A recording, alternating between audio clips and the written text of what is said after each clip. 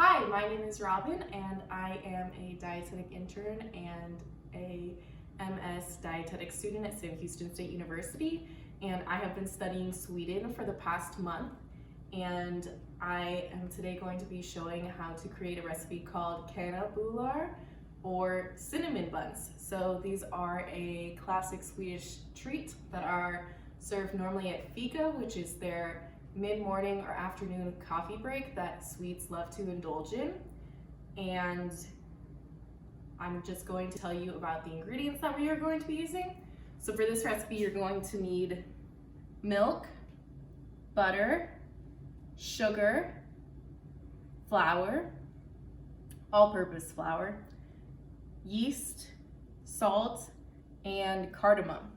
So cardamom is a really flavorful spice that makes these cinnamon buns different than our American cinnamon buns. It's a really fragrant spice that it reminds me of chai tea. It's an ingredient in chai tea if you ever have enjoyed that. And it's a little bit expensive. So at the store, if you're making this ingredient at home, I recommend going to the bulk section. I know not all bulk sections are open right now due to the pandemic, but at my store, the bulk section was open, and so I just got exactly what I needed for this recipe only, and it was only 50 cents. The jar that was about this big was $8, and I don't know if I would have used that again because cardamom's not a spice I use all the time, so that's a good tip for you. So come over here and I'll show you the rest of the ingredients. All of those ingredients were for the dough for the cinnamon buns, and these ingredients are for the filling and the topping. So I have brown sugar, more cardamom and cinnamon, of course, butter and vanilla, and then on top we're going to use an egg and a little bit more sugar just to make it all look nice and tasty. It'll take a little bit of time. It does have 2 rising periods, so if you're making it, do be aware of that. But the ingredients are pretty simple and pretty easy to find, so let's go ahead and get started. To begin making this dish, you're going to combine the milk and the butter into a medium saucepan. You're going to want to turn the saucepan onto medium-low heat, and then you're going to want to stir the milk and the butter together until the butter is melted and the solution is warm but not hot. Now I'm going to combine all of the dry ingredients to form the dough. And I'm going to mix those together. Once they are properly mixed, I'm going to combine the milk mixture with the dry ingredients to form the dough. I'm going to stir the mixture together to begin forming the dough. Now I'm flouring my surface with the somewhat together dough, and I'm going to knead this for 7 to 10 minutes. Once it is kneaded, I'm forming it into a ball, putting it into a mixing bowl, and covering it with a damp towel. Now I'm going to make the filling while the dough rises for an hour. I'm combining all of the ingredients for the filling together and stirring them until they form a paste.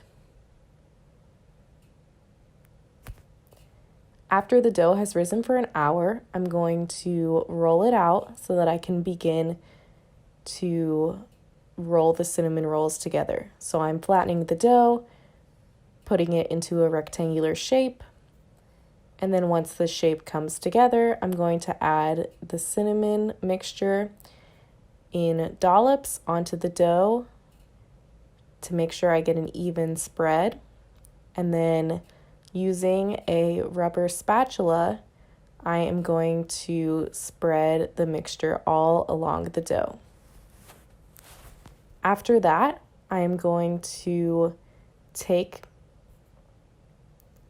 the dough and fold it into thirds and roll it out a little bit so that it can be a little bit thinner before I cut it into strips with a pizza cutter. And then I'm going to roll each strip into a little cinnamon roll. I'm repeating this step for the rest of the cinnamon rolls until they are all rolled and on the sheet pan. Feel free to roll your cinnamon rolls in any shape that you would like. Once the cinnamon rolls are rolled together, I am letting them rise again for another hour.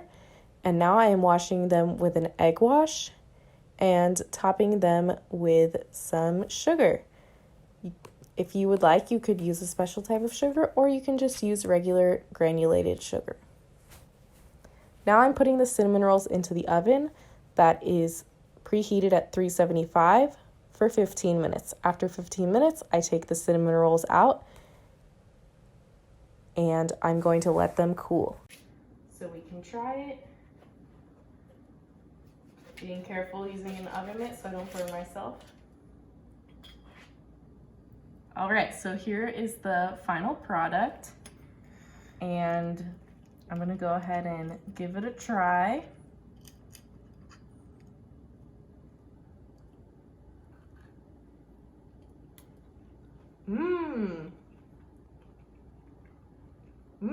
It's slightly sweet, and the flavors of the cinnamon and the cardamom are very strongly pronounced, and the dough is nice and fluffy, yet thick at the same time. So I hope you go ahead and you try this dish at home, and if you do, I hope that you enjoy it. Bye.